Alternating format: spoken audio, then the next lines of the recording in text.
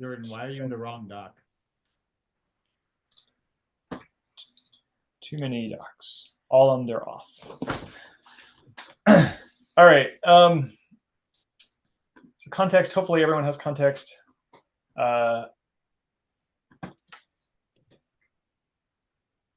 Goal is to be able to externalize the signing of service account tokens so that the Kube API server process and maybe everything on the machine where the Kube API server is running don't have access to signing material. So that's the main goal.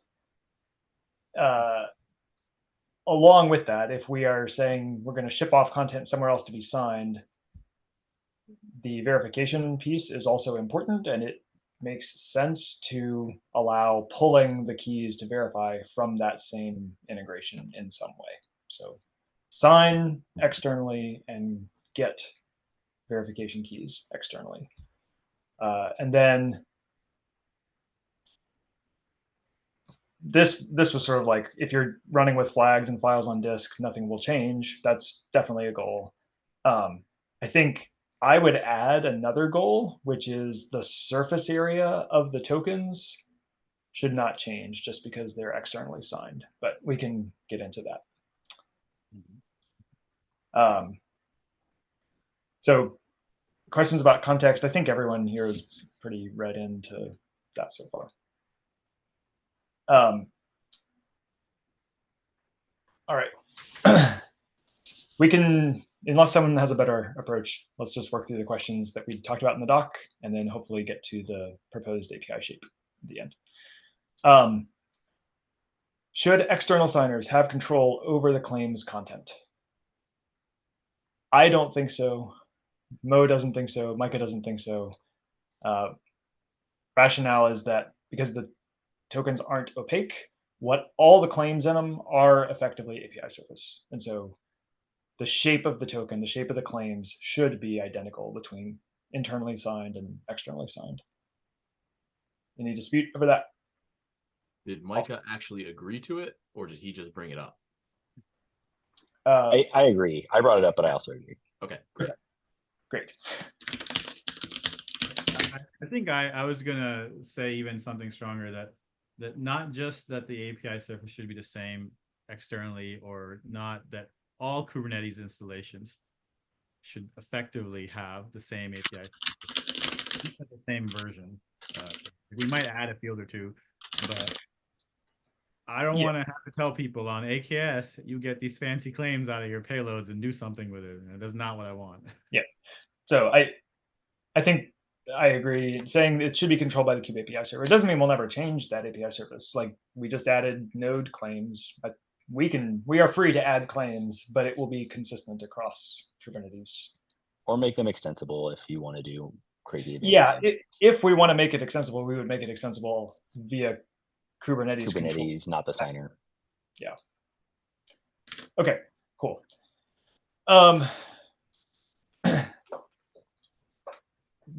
This one, I apologize that there's not a lot of context around like why these questions are here. We were trying to think of like, what would this be useful for? If, like, what is the threat model that this is guarding against? And one was exfiltration of signing material, where someone somehow gets access to the Kube API server process or machine, and then if the signing material is on that machine, they can take it out somewhere else and just make tokens from somewhere else, and there's no record that they're doing that. And so point in time access becomes like permanent out of process invisible access. So that's one threat model. You can mint things without there being a record of it is another model. So if the signing happens on the machine, anyone with access to the machine can sign and possibly bypass auditing things like that. If the signing has to be done via an external system, things like KMS systems usually have much stronger controls, much stronger auditing, at least, so that the fact that a signature was made, there's a record of it. The third scenario that I think Micah and maybe Mo had talked about in the past were getting tokens, service account tokens, with audiences for things other than Kube API server, and then using those tokens against those other things, where those other things might actually be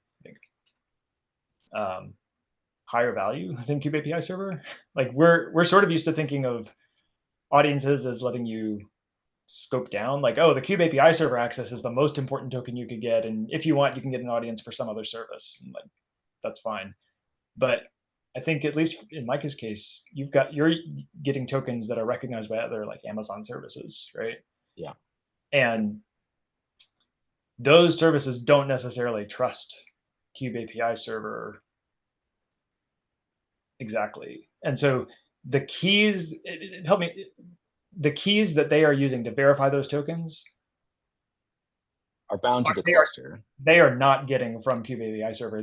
They want to get those from, like, the KMS or the cluster or some more highly trusted source. Yeah, Oh, like when you say keys there, you mean public keys, right? Public You're key saying to verify. keys. Yep. A token with an audience for this other service, that other service will verify the token using keys that it's fetching sort of directly from a source, not from Kube API server. Right. Okay. So I think that's important to document. Like, if we're saying you can use this to sign tokens externally and then use them against other services, if those other services are getting their verifying keys from Kube API server, then your external signing is sort of worthless, because if someone compromised Kube API server, they could just drop in their own public keys that they could sign locally. So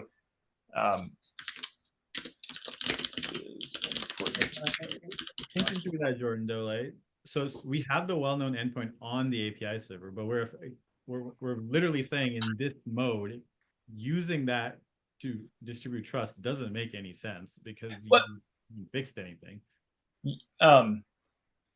You still have a record of things signed with the high trusted keys, but yes, someone who compromised the Kube API server, well, it's at least monitorable, right? So today you can get into the Kube API server, grab the private key content, and then go off and mint tokens silently, right?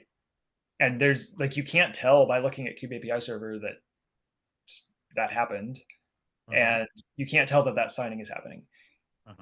If the signing you're expecting to happen is this external signer, the public keys that Kube API server is serving correspond to the public keys from your trusted external signer.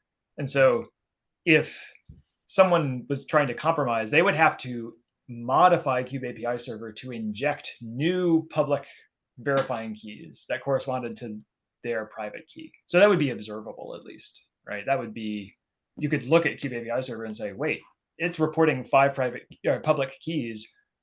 Those don't all correspond to the ones I'm expecting from my external signer. So the key IDs will not correspond to the ones from the external signer. I mean, the key IDs could, the contents might not. They could. Yeah. The contents will not. So compromise of Kube API server still lets you mess with stuff at the Kube API server level. You could put in new public keys. You could do that. It would be observable.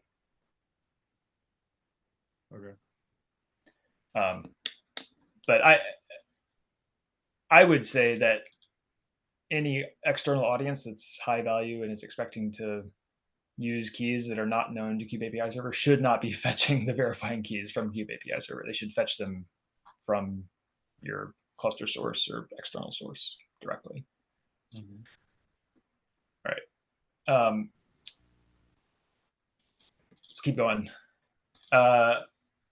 Should external signers have control over the key ID? This is, I think this question is actually helpful to go through first, because it sort of implies that external signer needs to get control over the key ID. So this sort of gets into the API a little bit, but if we say the external signer shouldn't have control over the claims, then I think at minimum, the API looks like Cube API server constructs the claims, serializes them to exactly how they'll be in the job, and ships them to the external signer.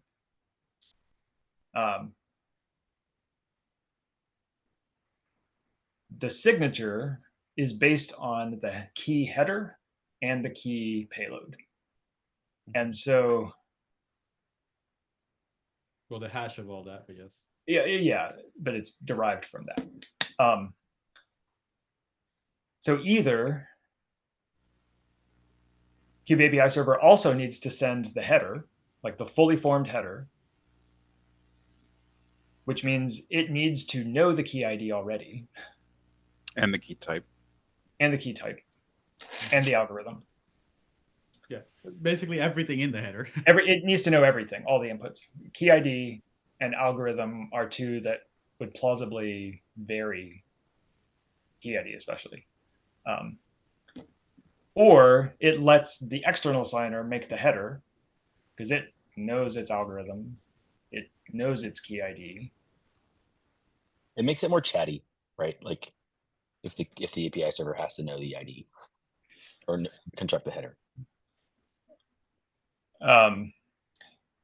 Yeah, the sending the claims is like the minimal surface area.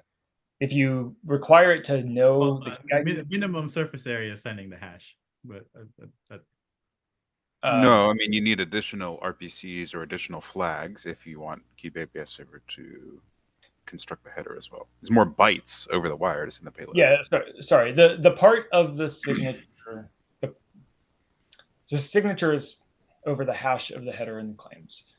Yeah.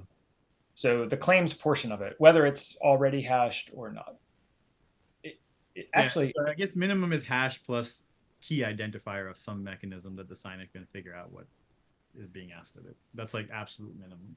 Actually, is the signature over the hash of the claims, or is it over the hash of the header plus the claims? It has to be header plus claims, otherwise the header would be modifiable. Yeah. So minimum is actually just sending the claims. To send the hash of the header and the claims, Cube API server needs to know more information. You're talking about different minimums. I think Mo is saying like minimum of if minimal information sent from the API server, and Jordan, you're just saying minimal. The simplest implementation. We're different minimums. Yeah. It's fine. I mean, maybe it doesn't matter too much. I think. Oh, go ahead. Given that the key ID is part of the input to the signature, and I think there are benefits to having the same key ID used consistently, like the consistent view of the key ID between the issuer and what Cube API server reports for the public keys. And it's more difficult to make Cube API server ask the external signer, what's your currently signing key ID, and then take that to the signature requests. Like you get race conditions there, and it makes the sign requests dependent on the public key fetch requests. I mean, that's exactly what we did in KMS. In KMS, status is pulled, and we get the key ID, and then we force you to use it. And if you don't, we get mad and fail your requests. Right? It actually gives API server significant control over the lifecycle, which is one of my favorite parts about KMS, because it says, no, you told me this, you behave like this. Right? It actually eliminates all the race conditions, because API server says, if you don't do it this way, I will refuse to use you. I mean, the key ID may be gone, at the time that Yeah, it's fine. Like- The request fails. Like it does not ever erase on anything, right? Like it told you this is the key ID. You don't have it anymore. You fail. You say I can't sign that way, and so they'll have to do something else, right? But like it never erases and used. It makes various implementations though for this signer. If you make the signer have to tell which key IDs it supports, and if the Cube API server can specify which key it wants to use, then it makes the implementation of your signer have to support signing with multiple keys at the same time, which maybe is fine, but it's just and actually that limits the external signer. So one possible implementation would say, when I'm signing tokens for this audience, I use this key ID. And when I'm signing tokens for that audience, I use that key ID. Yeah, it is explicit on that. It does remove that control. I don't know if that's a bad thing. I don't actually. Unless we're going to give people very specific mechanisms for how we do basically split trust within this external signer, I don't know if it makes any sense to let the signer control based on claim payload what it wants to do, right? Like it's super awkward, right? That we're going to publish all of the keys into this blob of trust, but we're going to say some keys are better than others, but they're still in the blob of trust. I don't find that compelling at all, and it doesn't actually give the right knobs. I don't see a reason to take that power away from the signer. I don't think I care if it uses different keys for different tokens, as long as the key IDs show up in its list of public keys that it says to verify. I mean, you're still basically requiring it at least to follow along, right? First, it has to publish, make sure you've acknowledged it, then and only then it can use a key, right? Because otherwise you'll be like, I have no idea what key you just told me to use because I can't. Yeah, but I don't want to make the Cube API server care which key ID gets used. I think that is entirely the domain of the external signer. I just don't see a good reason to make it specify. Like for KMS, we cared way more because we were doing things like you have to rotate storage, right? For this, verify your token. If you use the key ID without telling us, then we try to verify it and it was going to fail. No, it won't fail. It can trigger a lookup of the keys. Like if you come in with a key ID we don't recognize, we can do a lookup. You can do an out-of-band fetch of public keys. That wouldn't be out-of-band. That would be in-band. Sorry, not out-of-band. Like a non-periodic. So you have a periodic one going to update what we serve. And then if a key comes in without a key ID we recognize, with a key ID we don't recognize, we can say, okay, we got a key ID we don't recognize, check if there's a new public key. And you can debalance it and you can do things to avoid abuse and things like, but. So is it okay if I write a signer that purposefully never returns a specific key ID, but then still uses it to sign tokens explicitly because I don't want API server to trust them? you could, but that's kind of like pointless. No, it's totally. The tokens won't work. They will work exactly the way I want because they'll work outside the API server, but not inside the API server. I'm just asking because this is literally what I would implement. Like if you wanted your say your JOTs for your external audience to not be trusted by Cube API server, but you want them in your public trust store that you set your service account issuer to, right? Because you want your cloud verifier to trust a different key than you have the API server trust. If you're dividing your trusts that way. I mean, you're literally saying I can have special stuff for special audiences. Like this is what I would do with it if you told me I can do it. Right? So like you have to be okay with all the abuse I would do with it if you're telling me that's this.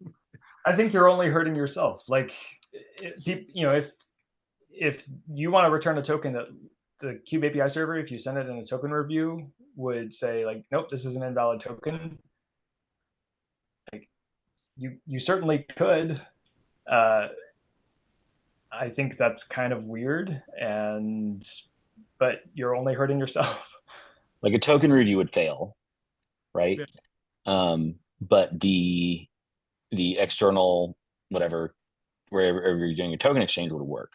The external thing wasn't going to do token Yeah, review. in the that first actually sounds interesting to me, Mo. So this would be a case where like I want an identity that some external service will recognize, and it'll recognize it as a service account on this cluster for this namespace.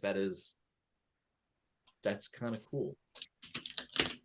I mean, annoyingly, all the external to Cube identity systems never integrate with token review.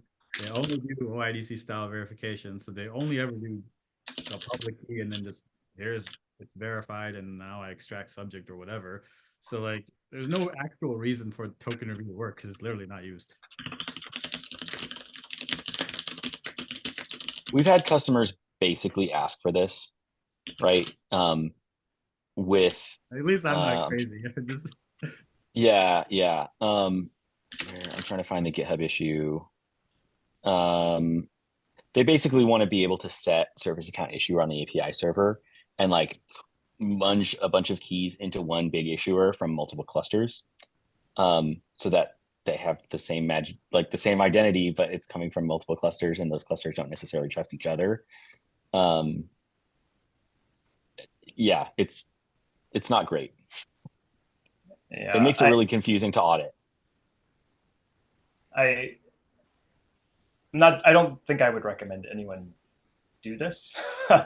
But the surface area of the tokens is what I care about. So like the content of the claims, that we don't use bizarre new algorithms that no existing client of Kubernetes necessarily is able to deal with. Like I just want to make sure that the people getting the tokens, like these tokens aren't going to blow anything up for those people.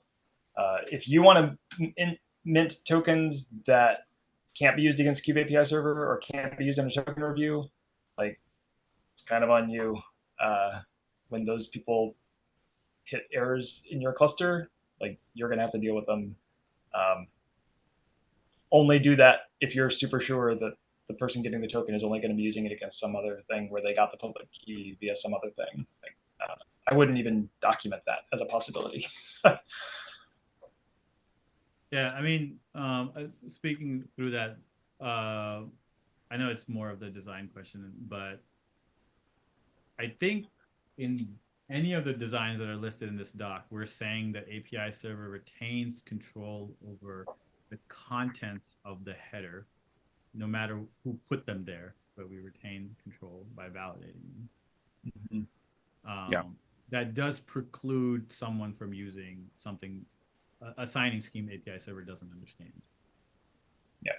And again, like if there are additional signing schemes that are worthwhile and like wouldn't break the world, like that's fine to propose accepting or enabling in Kubernetes, right? But we just want to think about it and like think about the impacts of people who are going to be getting these tokens and try to understand what's actually happening. So I'm not opposed to broadening what can come out of these tokens, algorithms and things, if it's like not going to break people integrating with Kubernetes. But we have to think about that. So starting by just bounding it to what we have today seems like a good starting point. Yeah, I'm trying to just think of like Mike. I'm like thinking of like SIG-V4 and all that stuff, where like people just have their own proprietary scheme of doing stuff. Isn't really appropriate for Kubernetes. But at the There's now an HTTP working group spec for request signing, but that's another topic for a different day. Different topic altogether. Let's not add that. Full claims, Jason. I'm sorry, we're skipping around. I think Mo, you were the main holdout on the claims bits. So you probably haven't found my comment yet. So so far I've found none of the rationale convincing, except the one thing that Tahir said that was infinitely convincing, which is that the GCP directly supports you passing in the entire payload, and it will do all the work for you, or you can do the hash. To me, that is more than sufficient. If there is a literal, fully supported cloud API that supports the payload approach and not this hashed approach, to me, that is more than sufficient, because that means someone can actually get significant value out of it. Okay. So for me, I think the claim needs to be in there, irregardless of if we say you should look at the claims and do something with them. I think the claim has to pass through just for the sake of that system being, even if it doesn't support audit today, it might theoretically support audit in the future. And so to me, that is more than enough evidence.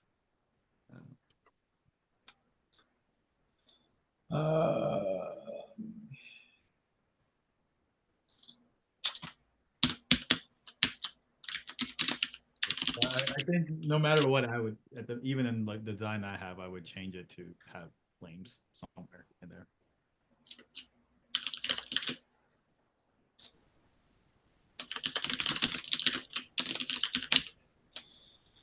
Okay.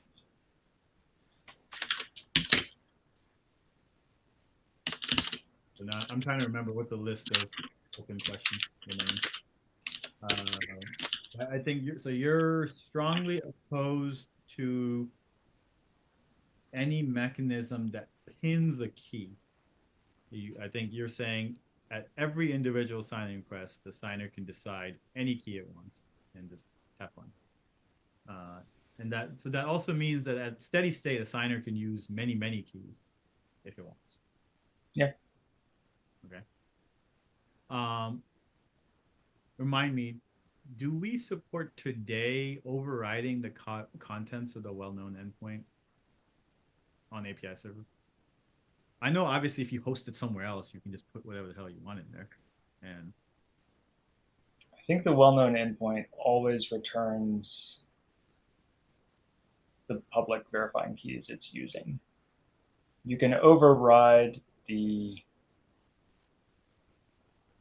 you can rename the issuer so that it points to some like, external. I mean, you can also just can't you rename the contents anyway? And so if you do kubectl get raw and go to the specific endpoints that you know are hard-coded in the cube, you'll get the contents that you expected. But if you go to if you do kubectl get --raw .well-known OpenID configuration, the body in there isn't going to give you the API server URL. It's going to give you that public URL where the actual contents are being held. No, I think it still points to the Cube API server hosted. Let me double check real quick about a cluster. You can override the JWKS URI in the API server for the well-known to point to somewhere else. Yeah. Yeah. Yeah. So in a sense, at least in some definition, we let you override it. It's not like we don't let you override what's at /OpenID/jocks or whatever the endpoint is. We don't let you override that, but we let you override the pointer to that, to anything. If you hit discovery doc, we let you point out to a different location for key sets. Yeah. Yeah, I'm just trying to think through like how I would use the contents of this thing and what I would want to put where. Okay, so if I'm sorry to keep pushing. I know we're running short on time. I wanted to get to the API shape. There's sort of two questions. One is, does the external signer have control over the key ID, or is the key ID as known to the external signer the same as the key ID presented by Cube API server? Right. So, we ask the external signer for its public keys. It gives them to us, and it says, here's the key IDs I have for these, using whatever scheme it has for identifying these keys. Do we just pass those through and say, like, here's the public keys and their key IDs, and those match what show up in the headers of tokens? So are the key IDs in the token headers the same as the key IDs as defined by the external system? I think they should be. I think it's bananas to try to rederive or translate external signer key IDs to No, our I own think the only choice key ID. other than pass-through, the only choice is using the exact format that Cube already does based on the public key. Like, so translating public key into a fixed format. Yeah. But Yeah. that's imposing a format that I can see an argument for merging, right? Like if I set the flag to read keys from public keys from disk, while I'm migrating or something, like merging with whatever the external signer is advertising, that makes sense, and imposing your key ID formula on those keys from disk. But from keys advertised by the signer, I wouldn't rewrite the key ID. Yeah. So hold on. So are we going to even let you specify keys from disk when you have an external signer? I don't think we should. I think if you're migrating, you should write your external signer to read a local key file and read a remote key file and do the merge yourself. But it does mean for reading the local file, you do have to use the same exact key ID algorithm for that Cube does, because otherwise it'll be confusing. It won't actually work today because we no longer scan the list of keys anymore. We actually look for key ID when we do verification. Okay. I think once you decide to go down the route of not letting API server control which keys being used for signing, I don't think it logically follows to care about the key IDs at all, really. I think. Yeah. Would we enforce any kind of sanity checks, or are we going to just say it can be any string you want of any length with any contents?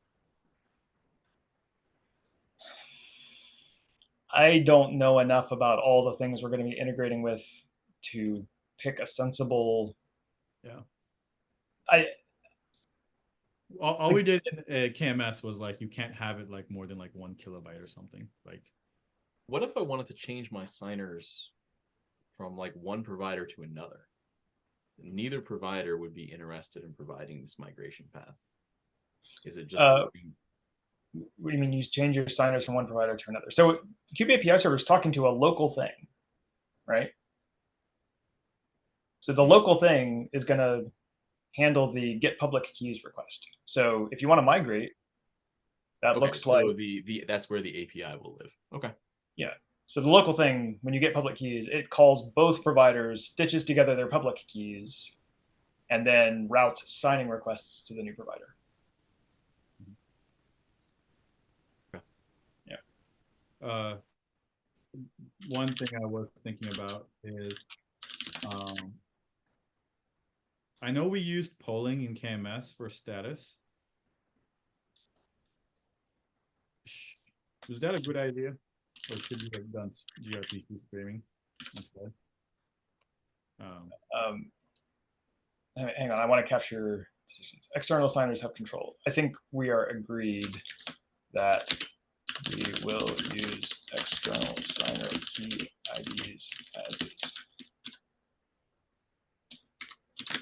No validation, just flatly as is. Can we at least say it can't be more than like 1 kilobyte or If you something? make a 1 megabyte key ID, like I feel like that falls why? like Yeah. you're only hurting yourself. Like I don't know. I mean we could put like a sanity check, I guess, but I don't know. I mean, you could argue the same thing with etcd, but we still really heavily validate your encrypted object to make sure that you didn't put way too much crap in there.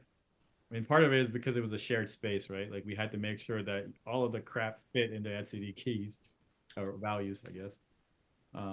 We didn't want you to blow up. Like, I guess we didn't want you to use Cube as your database, at least not too much.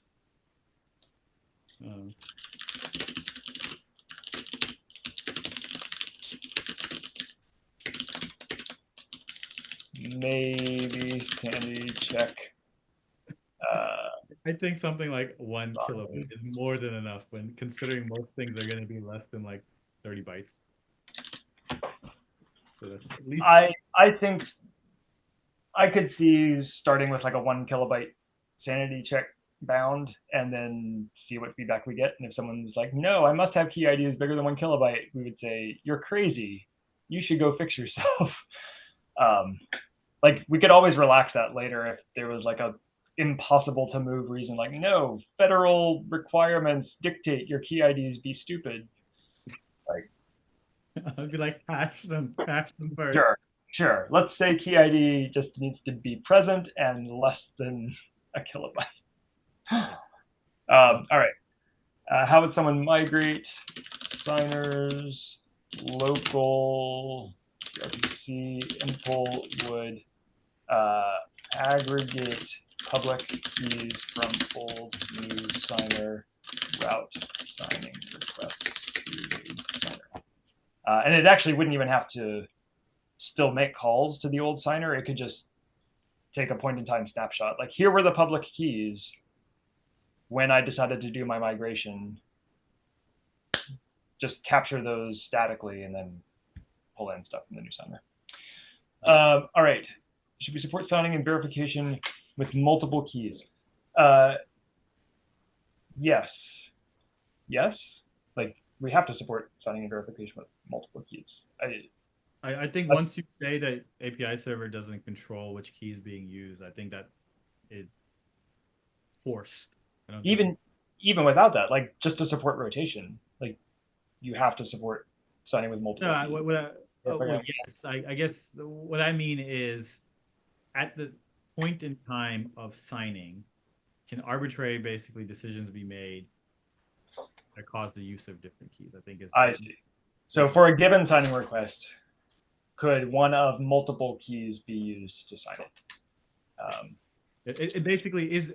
Do you have a list of arbitrary keys, or do you have a list of keys and one key that's special, which is the current signing key? And I think we're saying you have a list of arbitrary keys, and you may mix and match to your heart's content.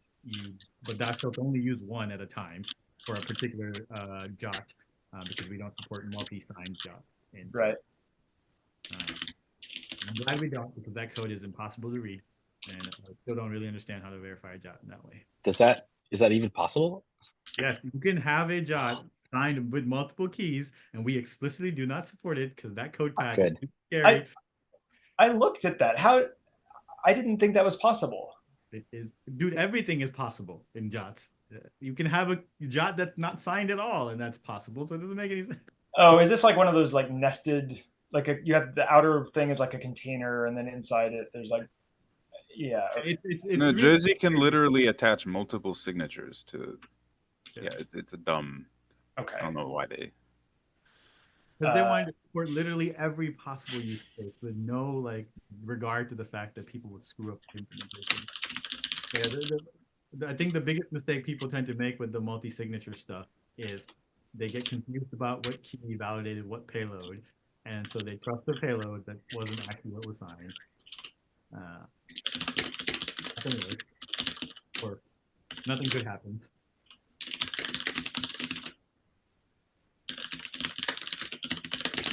So compact, identical header algorithms, claims, single signature. All right. Key fetching logic, is gRPC streaming? I don't know enough about gRPC to know. So my thinking and what we've prototyped is the periodic refresh is every 10 minutes. I think at that frequency, it really doesn't make a difference. And streaming will have to hold the connection open. I mean, holding a connection open to a local UDS doesn't sound bad. I don't know. It was the 1 minute poll with CAMS was a little bit awkward, because you do kind of have to tell people, like, if you do a thing, there's like a specific window in time that you need to wait for, unless you're doing very specific probes of the API server to figure out if anything is caught up. I guess maybe streaming doesn't help necessarily too much. I don't know.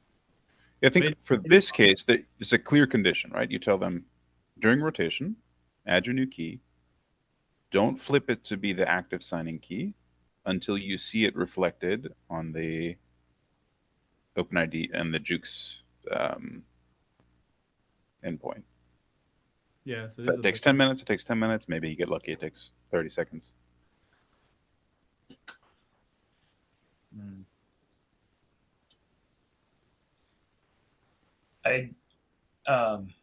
Yeah, I don't know enough to know. I'd say streaming would be more elegant because then, like, in theory, you could update immediately, right? Like the plugin could push the new key down to you. But like speaking for GK, we wouldn't do that. We're not going to have a million streaming connections open to our backend API. So we don't care, I think. I see what you're saying. You're saying that even if the plugin did streaming, you would be polling inside the plugin. Yeah, I think so. Which makes sense. Okay, so I don't think it matters. 10 minutes seems really long. We only did a minute for KMS, so 10 minutes seems really long to me.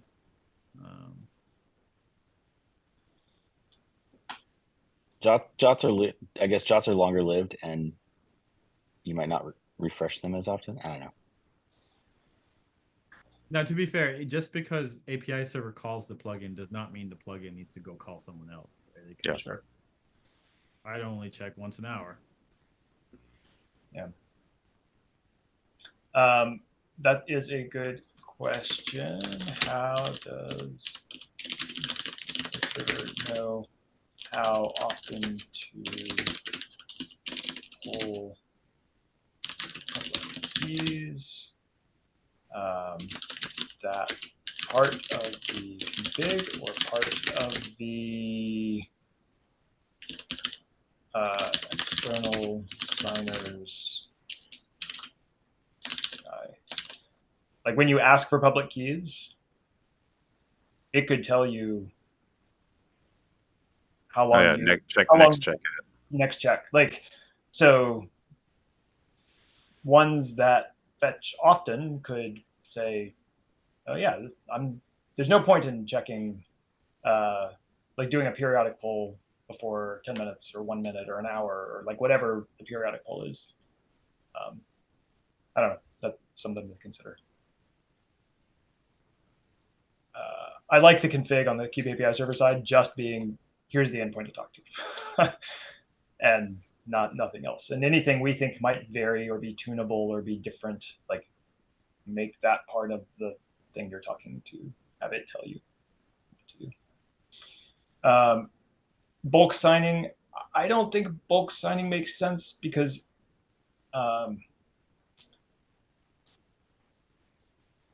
it's not like you have a ton of data that you know you need to re-encrypt when you're doing a rotation. Like when the key changes, you're not going to go re-encrypt all the or re-sign all the tokens you already had. So signature requests are always arriving one by one. Otherwise, you'd be batching them and holding on them or something. Coalescing, I don't like at all. If you wanted to do something crazy where you coalesced and did some batch stuff, you could do that in the external signer, right? Kube API server, you get 10 signature requests. It's going to make 10 signature requests. You could coalesce those if you wanted to externally, and then before you ship it off to do a batch sign. I don't know. I just don't think that's important to do in the Kube API server.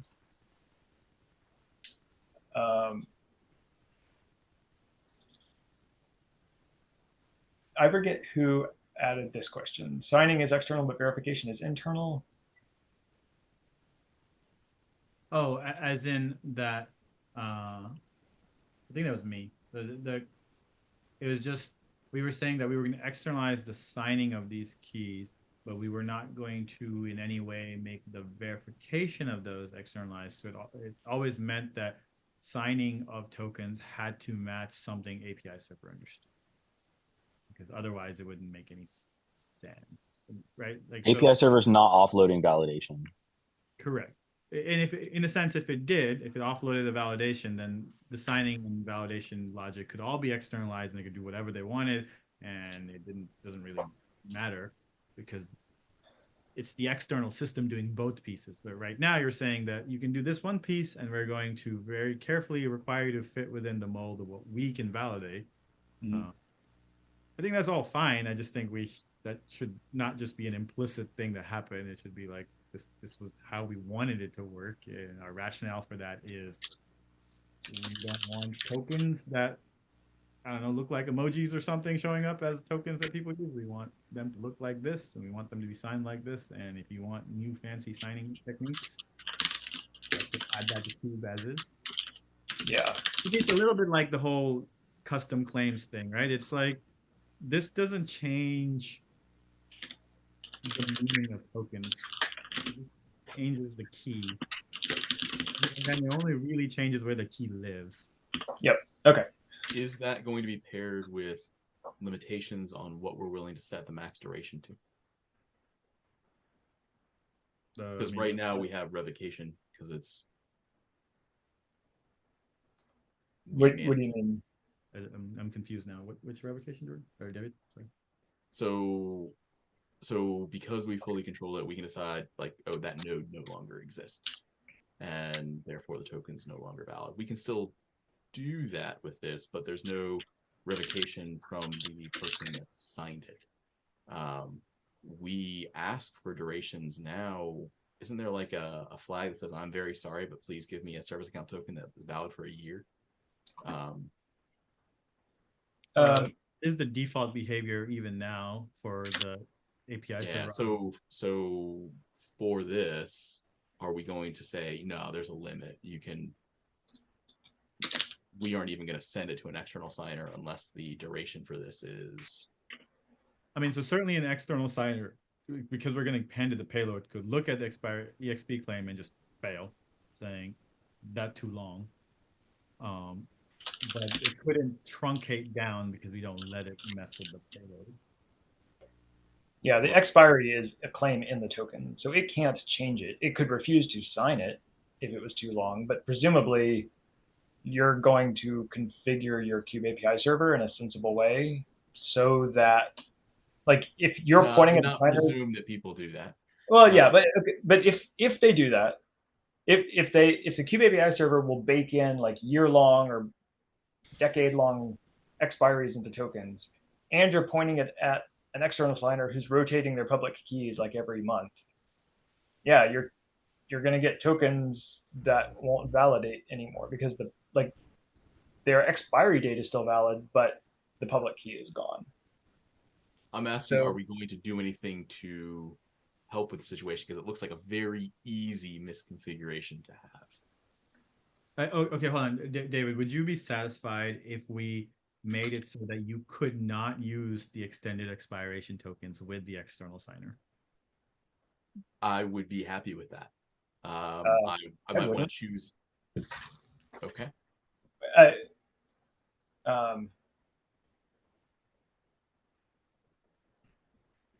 Yeah, the situation where I have a bunch of pods that are holding on to a token that they aren't changing because the projected volume isn't updating it for them because it's good for the next 11 months, but they no longer validate is a real pain to deal with. I mean, but so David, I don't know what you do in OpenShift, but in AKS, I just turned off extended expiration because I just didn't want to do it. Yeah, too many people depend on it. And so when someone does a rotation, which today at least is controlled by the API server. What? Sorry, does OpenShift auto-rotate service account keys? I'm sure you do. Not on any time frame that you would consider to be reasonable, and not by eliminating the validity of the old, right?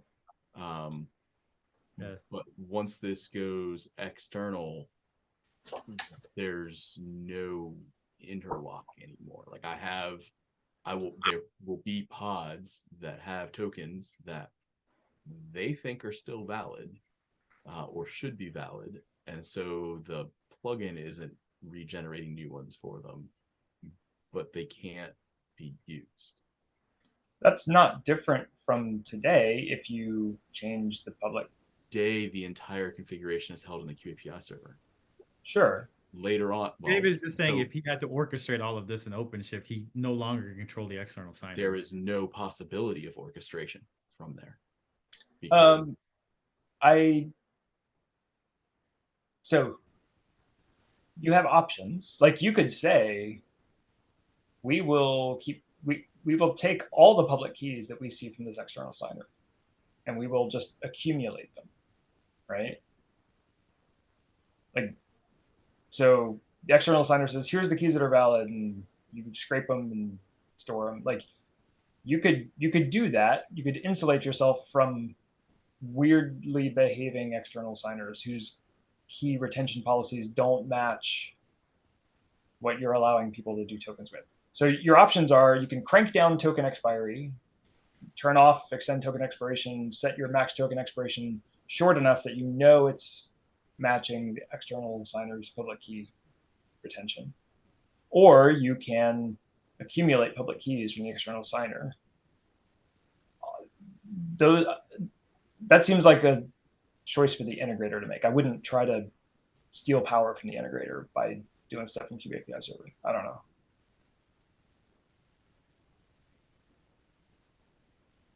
thinking.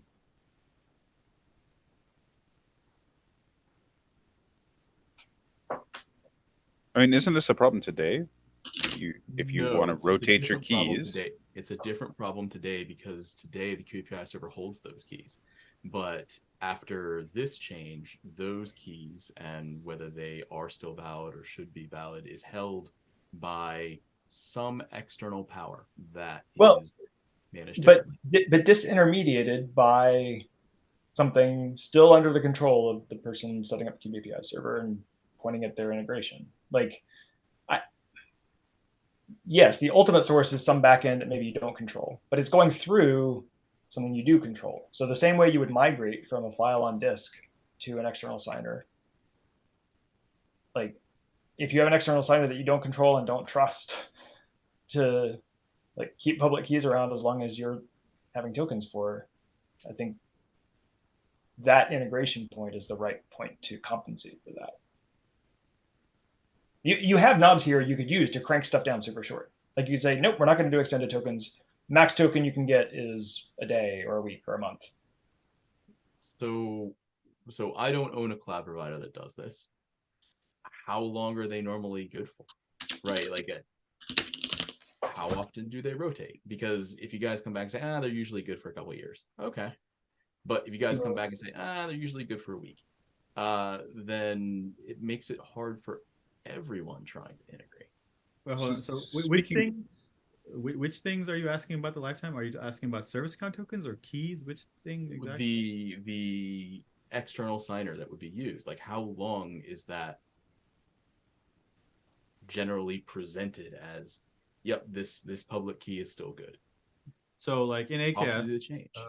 We don't have an external signer because we don't carry any patches on the API server to externalize it. But our service account keys, we don't let you have a token for valid for more than a day, and they rotate every couple of months. Like the whole key rotates out every couple of months. Yeah. Okay. So like, I would like to have a way for the kubeAPI server to know, like, the person who developed this plugin says it should not have a service account token expiration longer than X, because the thing that it integrates with is usually shorter than that. Like that. That makes sense. I mean, same. But if we have a info RPC where we configure polling, we can also say plugin says don't issue a token longer than X. So I don't know how we would make that work with the extended expiration tokens, right? Which are extended expiration. I agree that it's very likely to fail. So like actually having that check and then being able to say you can't have it because the provider says the max you should have is a month, then that makes it much more likely that people will actually have a working system.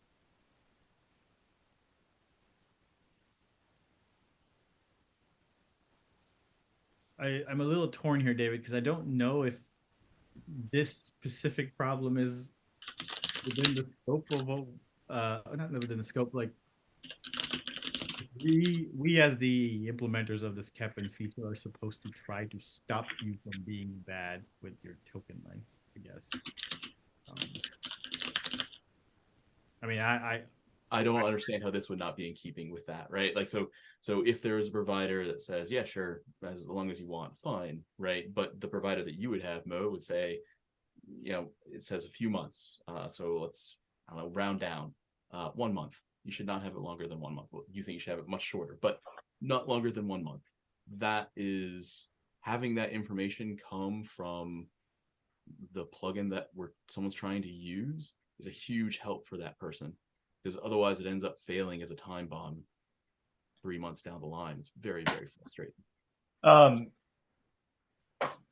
Would you expect that to be like a validation thing where the knobs are still set in Cube API server, but they are validated against what the external provider, external signer reports on startup?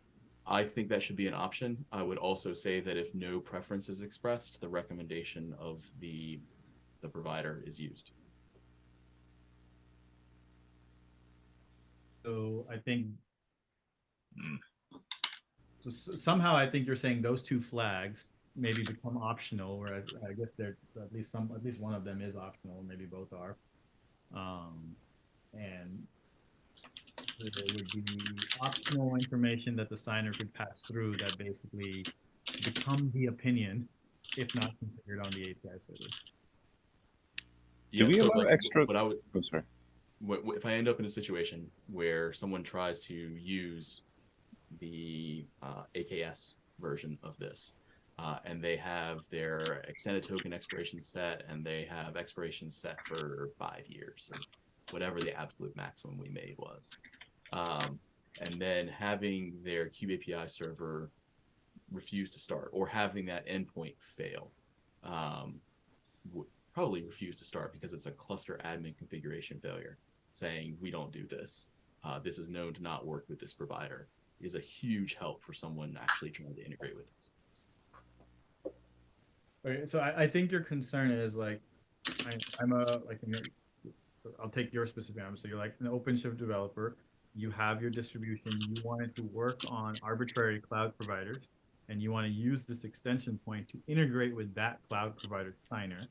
And instead of you having to figure out the nuance of every single cloud provider's favorite key life cycle, you just want that to show up through the interface, part of your contract. Does that line up? Yes. Okay. Now I think I understand what you were saying. That seems fine-ish. Like, I think we can reasonably do something there. Because I think what you're saying is not everyone will write their plugin or own the API that the plugin interfaces with. And it would be nice if more metadata about the constraints of the API were funneled through, so everyone knew what was going to happen. Yes, and it's particularly important because the failure mode that happens is so disconnected from the configuration that is set. Right, the failure mode that happens is weird for anyone who doesn't know what they're looking for. Yeah. So if the external signer knows keys will rotate weekly, monthly, and can tell the Cube API server that,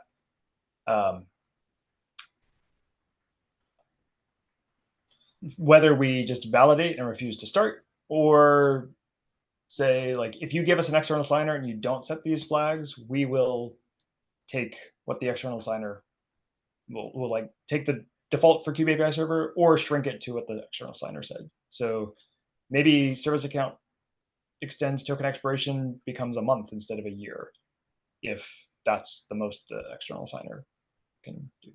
That I could see. Yes, I mean, maybe I'll niggle with that when we actually get the thing written up, like, which would actually be nicer. Yeah. It might be nicer to flat out fail, so that someone Yeah. knows their intent isn't being honored.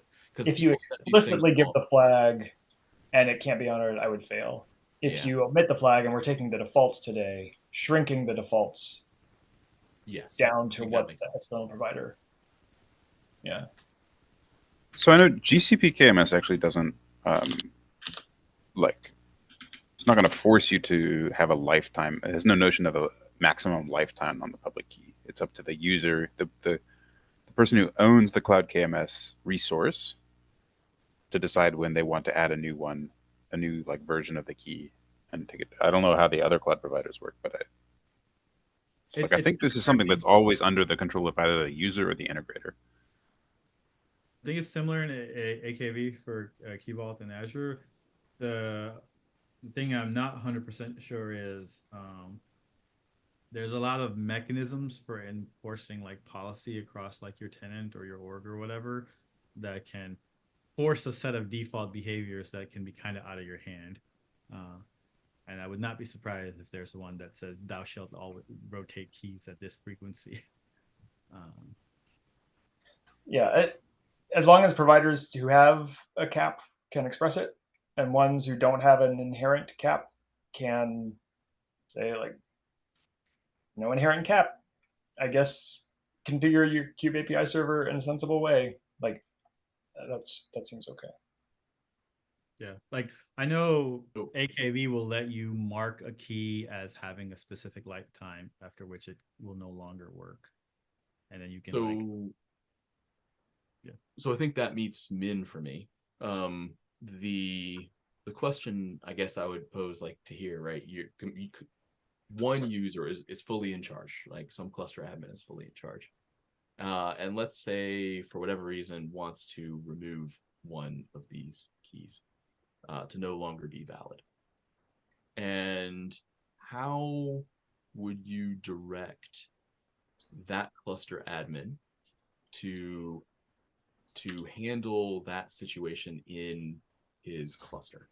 Like, would you say, in order to handle this situation, you need to roll every pod in the cluster, roll every node, actually, you have to evict every pod so that the projected volume gets recreated? That is exactly what we do. I think we don't have automatic rotation of this today. The user can come up. We have automatic rotation if it's like the CA is about to expire and we kind of like rotate everything. One of the steps in that is bouncing every pod. And then we also tell you, hey, by the way, if you've taken tokens with unknown lifetimes and stuck them in your CI system, that's on you. You got to go track all that down and make sure those tokens are updated before you complete the rotation and revoke trust in the old key. So CAs, you can just bounce every pod, but the projected volume, my memory is that doesn't get rebuilt unless the kubelet, unless the pod is gone. We restart every node, so the pods go away. Yeah.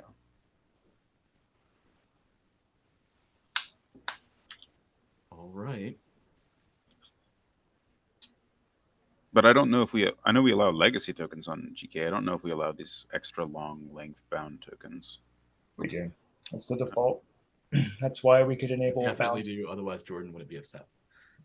So the option down, but enable that or don't enable bound tokens, and bound tokens are better. So I'll let you know how many ICMs we get in AKS for disabling extended expiration. We'll see how that goes.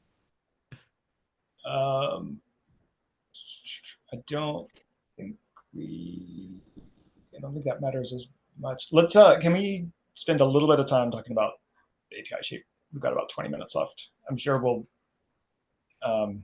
we might be able to do the rest in like a doc async kind of thing. Hammer through a lot here. But Mo proposed something like sign and status, sign at a hash. So now we would change that to claims, right? Yes. By the way, I think you use string for claims. Do we want to use string or bytes? It seems that claims were just a byte payload. I was trying to make things as close to the final shape of the token as possible, and the claims are already base 64 encoded, so it's already like a safe string. I'm not like a gRPC proto person, so I don't know what's more natural, but there's no wire format difference. Okay. I think strings are expected to be UTF-8. Okay. Which, if we're sending the already base 64 encoded content, it is UTF. Okay, so string is fine then. I was trying to avoid any normalization or encoding differences, especially because these things are going to get concatenated together and used in hashes and signatures. And so like sending JSON claims and then expecting the backend to do the base 64, I just wanted it to be as stupid simple as possible. So if we send the claims already JSON base 64 encoded, so this will be identical to the second segment of the job. And what we get back is the header and signature also base 64 encoded. So those will be identical to the first and third sections of the job. Like there's no encoding, decoding necessary to assemble the job or to do the signature. So to do the signature, you're just, the backend makes the header and concats the claims it got. If it wants to decode and inspect the claims, it can, but it doesn't have to do the signature, right?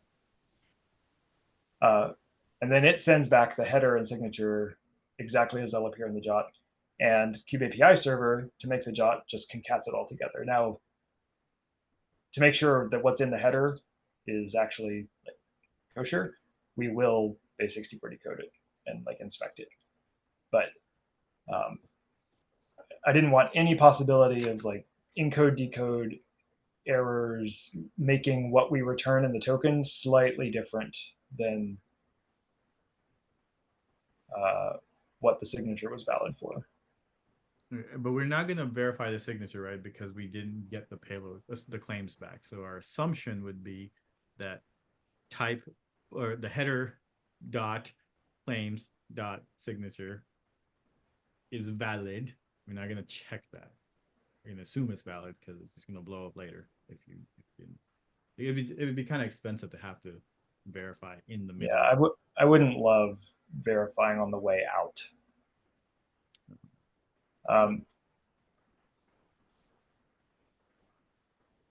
Okay.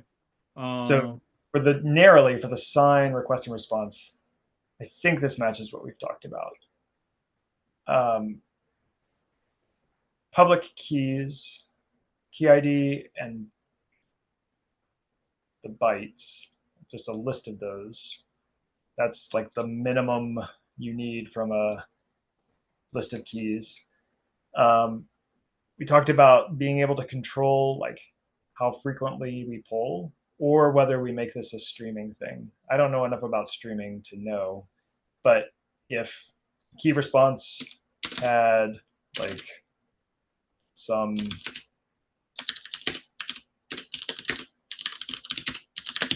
way to say like, you got public keys, when's the next time you should check for a periodic check? That wouldn't bother me. That seems plausible. So I guess I'm curious. So like, which part of this API would cover the stuff that David was asking about, and also like which part would cover stuff like any version information, any health C information of the actual backend, like somewhere in there, I think we have to validate the system we're talking to. Yeah. I don't know. So other bits, version, which I'm not even sure what we would be asking for there, but gRPC versioning has always confused me. I don't. This would just be like a version string for the implementer to know, not like anything related to gRPC. Yeah, but like what semantics would we be associating with that? Would we be saying like, oh, you're version V1 and we don't know about V1, we only know about V1? No, like export a, like literally just dump this string in a metric so that you can tell what version of the, it's like an opaque identifier for the plugin. Okay, That's not what I had imagined. It could be that. I was this was copy pasted out of KMS, right, where it's a V2 static string. I think we've used it in the past to say like this is the version of the KMS contract between the Kube API server and you that you think you're speaking, and it better be one that Kube API server understands. Right. So if we Just change, make a new gRPC service, a V2 service. Why? we didn't encode a version into the service name. Why not add a? You can always add another one. KMS V2. I mean, it's real awful in its own right. It's a different kind of awful, but yeah. You Yeah, have so multiple clients, multiple servers registered, and I don't know. It's not great. Yeah, gRPC supports that. You can speak No, I 10,000 understand that. different. Like Yeah. our Key Vault plugin supports V1, V2 all at the same time, and all variations of it ever existed. So you just don't have to like worry. You just deploy the plugin.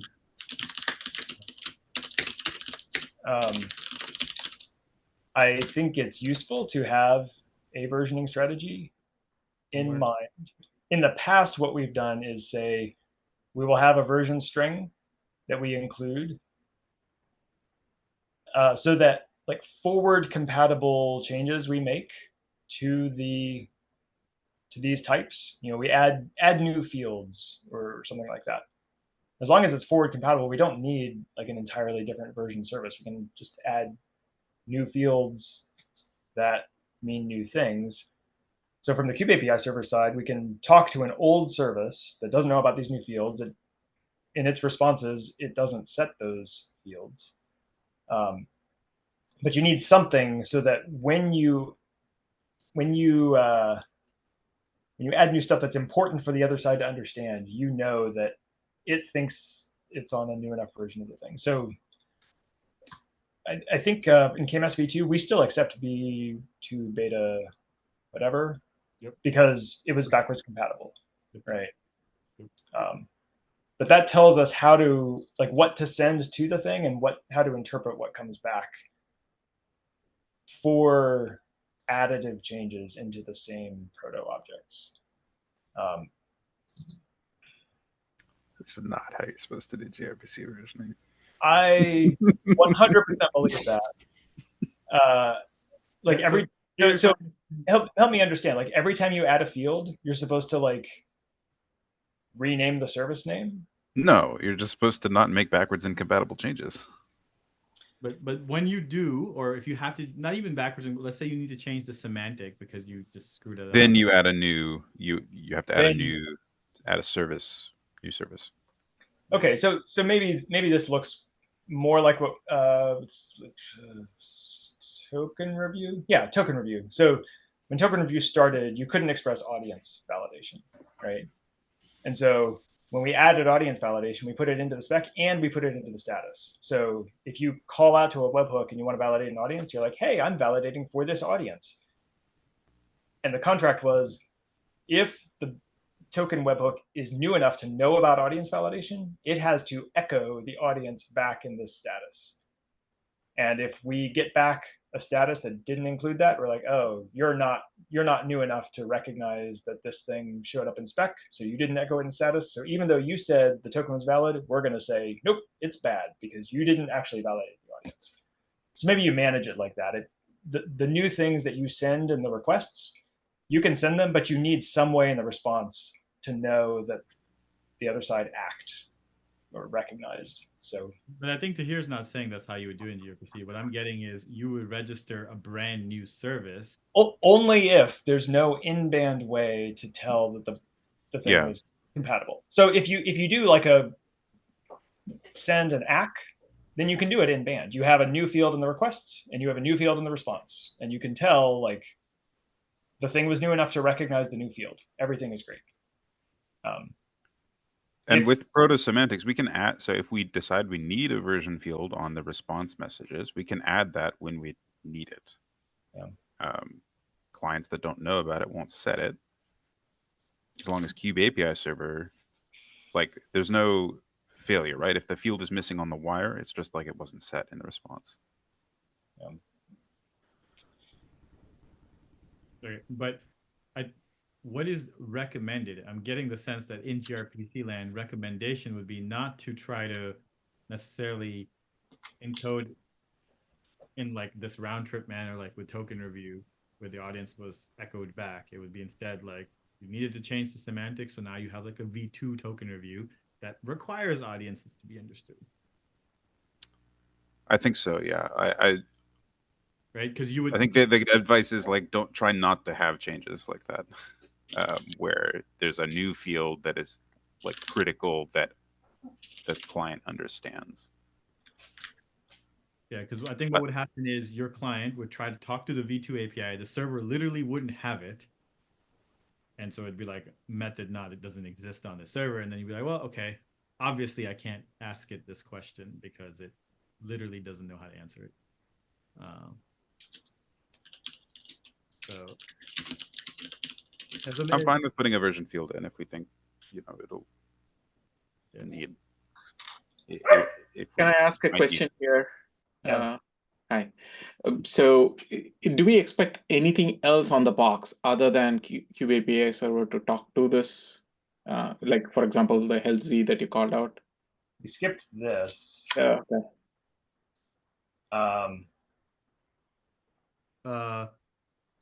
Maybe.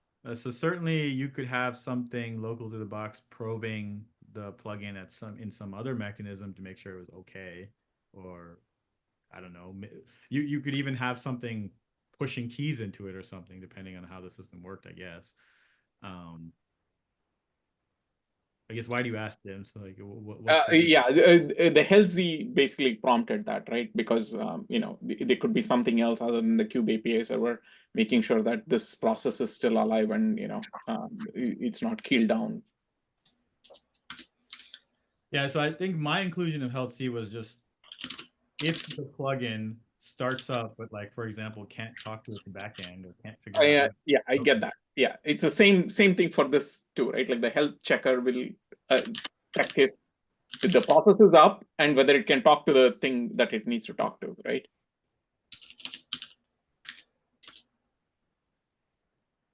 I think it could be used that way.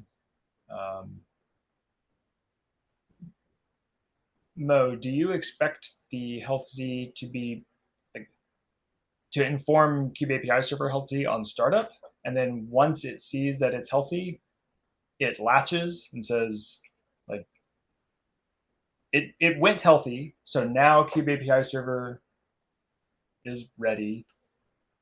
But if it later goes unhealthy, that will not make kubeAPI server go unready. Correct? I think that's right. I think that's what we did with CAMS v2. Like we changed it from CAMS v1, which was infuriating, where it would cause API server restarts because the CAMS plugin was broken, and then you just make life 10 times worse because now nothing worked instead of like right. I thought we coast for a brief period of time before we start reporting errors for LZ. We would do report errors, but they're not live Z. So nothing says go restart API server anymore. Right.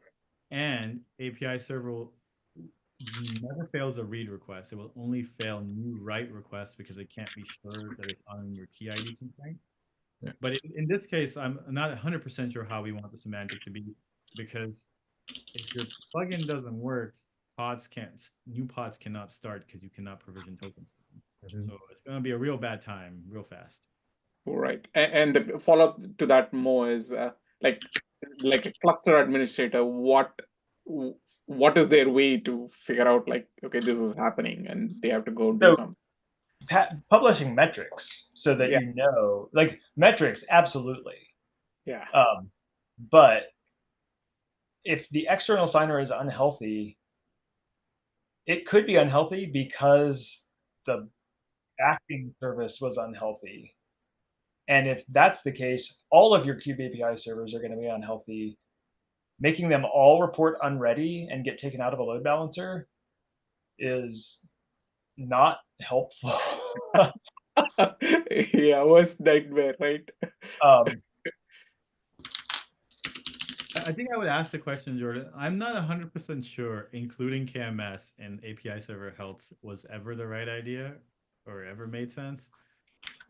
I just don't know what it informs exactly, because we don't block start of API server on KMS health because it would be annoying. Okay, sorry Wait, for wait, wait. distracting everyone. I will stop talking. No, it's fine. But I just say gRPC has a standard health checker service defined that you can implement just like this. You know, we would define one service. This is a separate health service, and usually you can set a client configuration that's like, don't let the client report as healthy until the health check has succeeded. But usually you don't do anything if it goes unhealthy after that, because it can cause cascading failures, like taking things out of load balancers and stuff. Usually you just let the RPCs fail if the backend has gone unhealthy. So does that match like this? Like on start, we don't say we're ready until like all the things we depend on are healthy. So etcd and KMS, and if you have an OIDC authenticator, if you have an external token signer, like they all have to be healthy before that kube API server says, "Yep, please route requests to me." Wait, we don't do that for Even that's not a great idea. Like Really? only for truly critical dependency. Yeah, because during a large outage, if your kube API server restarts, now you have propagated a backend outage to your layer. Like Google services are not supposed to do that. We have to come up, even if you can still serve requests. You just can't serve new JOTs, but you can still like pod state can be described, node state can be described. You're in like a crippled state, but it's better than crash looping indefinitely or whatever you're going to do. But yeah, I think that's why I'm asking about, like, does this ever show up in health? Because what can you do with it that is going to actually be good? Does it show up in health? I don't think so. Does it show up in ready? I'm fuzzy on that. Like we don't know if we are worse than the other kube API servers in the load balancer when we're starting up. All we know is this thing is unhealthy, so I can't make new tokens. So if you put me in the load balancer, I'm not going to be able to make new tokens right now. Like it, I don't. But we you'll don't be able know. to do a lot of other things, and like requests that come in with client certificates, they'll work. Yeah, requests to come in with external tokens. What? I mean, I guess it's not straight up wrong. So many of the other things in Redis, most of the other things in Redis, we would serve wrong results if we. I mean, like KMS, right? If you only have secrets encrypting via KMS, and KMS is unhealthy, I guess you can't read also. Yeah. But even so, like it's bounded to the things that are hitting KMS. Like this feels the same as KMS. I would probably. I think KMS made a bad choice. KMS clearly made many bad choices, so I don't necessarily want to pin on whatever behavior we inherited from KMS. Like Google's standard guidance for this, like in canonical stubs, would be so you can't serve secrets. All right, you can serve other things. Come up. Clients who call you and try to get secrets will have an error, and they can retry. Maybe they'll hit a healthy instance on the next pass. I think this one is hard because you can't. Oh, sorry. Go ahead. It is possible to configure that way if we add it to Redis by default, because we have that excludes. Like you could say, hey, I want to exclude it. We've had people exclude a lot of stuff. Like I want to say Google excluded, can I reach etcd? Or that was the use case someone had. I thought it was bonkers. But okay, live your best life. But having it there at all gives people the option. I think people exclude stuff that is because start order is not necessarily well defined. Like people could just throw a ton of stuff on the box and it's like, all right, fight amongst yourselves to start up. Like it seems very possible to me to have a scenario where the thing serving the socket that kube API server is talking to hasn't started yet, just like etcd, right? etcd and this thing and kube API server, and just like, go, start yourselves. And it feels dumb to me for like during startup for kube API server to start, see that it can't poke the socket it needs to mint tokens and be like, yep, I'm ready, throw me in the load balancer. That just feels so dumb. I was going to ask, it is, I think not being able to mint tokens is not great. I think it's probably worse not to be able to verify tokens, because you probably issued them a while ago. And that's real bad probably, because if they last for an hour, the whole point of them lasting for an hour is that you don't need new tokens for an hour or whatever interval, right? Like it's supposed to be able to tolerate that. But by fetching the public keys dynamically from this thing, you can't even know what your static key set was without it functioning. It was real kind of, but that makes me wonder if we should like write it out to disk or something, because it's public key or I don't know. It's terrible, but it's like, how do you tolerate? We don't have a durable storage other than etcd, so it's like. By like saying on startup, you have to get public keys before you're ready. That seems like the way to handle that. So we could separate it out. We could have public keys purposely separated out from healthiness of the plugin, and if it can give us the public keys, we could say that's good enough for us to start, but not necessarily good enough for us to mint new tokens, right? It can be nuanced. I don't understand why we would gate minting tokens on healthy. Why not just try to mint the token? And if it works, it works. If it fails, it fails. No, sorry. What I'm saying is, the healthy I'm referring to is not about can the thing mint tokens or not. It's just, is the plugin telling me if it's healthy or not?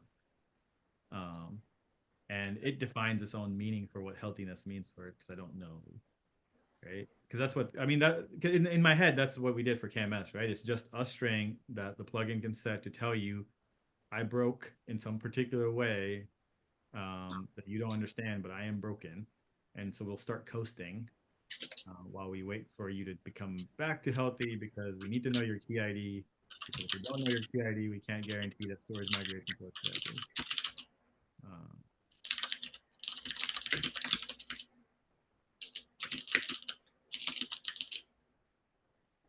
All right, we are out of time. Yep. Max token lifetime, public key pull period. These things sort of feel like meta-y, status-y. I don't know if grouping them in a single thing makes sense, or trying to glom them into the fetch keys. I don't really love putting them in fetch keys. I don't know. I was kind of hoping just one big old status. Tell me everything. Tell me your keys. If you're happy. Tell me all the things. Should we allow changing the max token lifetime like periodically? I mean, don't we want it to be a single value once it starts up? Yeah, anything we're gonna pull, like then the question is, what happens if that changes? Right. So like version and max lifetime and pull period, all of those I really would not be expecting to change. Okay, so those shouldn't be in any polling logic, but healths obviously should be polled.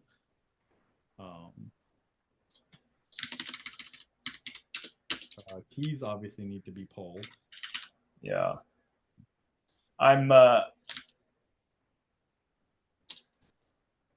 It's really meta when the polling period is from a different thing, and then you start. I kind of like the poll period being a TTL on the key response. Thank you for putting real proto into there. I'm so bad at proto. I'm adding something. I'm suggesting something different, but I'll add that for the. Okay.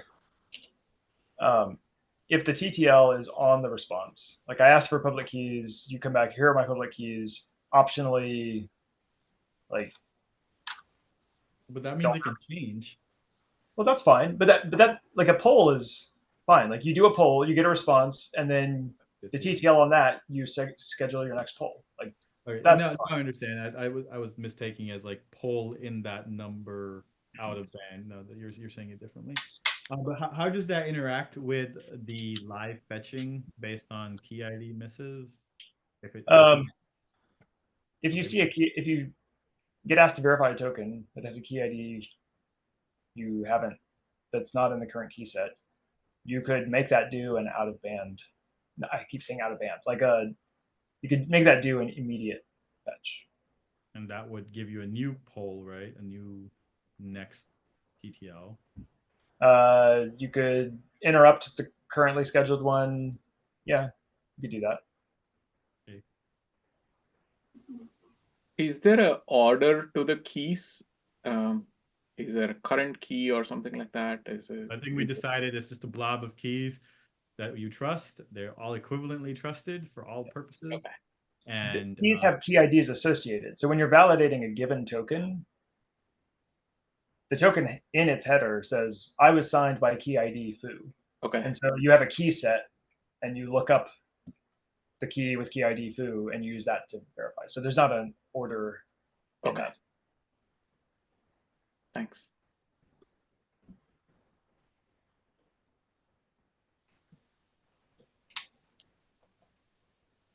All right, we are out of time. I want to be respectful of folks' time. I think we got through most of the big questions. I'm sure we'll have lots of implementation questions. But I think the next step is folding this into an update of the 4-year-old cap. My recommendation there is make a new cap. The template's not going to line up. You're going to be missing like all of PRR. Just make a new cap. Yeah. Well, the first commit will delete the existing markdown file, and the second commit will. Okay. Whatever. Okay. Thank you for your time, and let's keep. I'm trying to think. Let's try to get something reviewable by middle of next week, even if it's just sort of a restated goals and turning these question answers into like a proposal, even if there's TBDs. But I really would like to see us make progress on this for 132 if possible. But that means we hit the ground running. All right. Who has that action item? I just want to make sure that somebody assigned kind of make these cap updates. I can take a stab at it. How about that? Okay. That wasn't me trying to give you work, Jordan. I was literally asking. No, someone needs to own the ball. I will own the ball on this one. Happy to take contributions from anybody and everybody, but okay. Sounds good.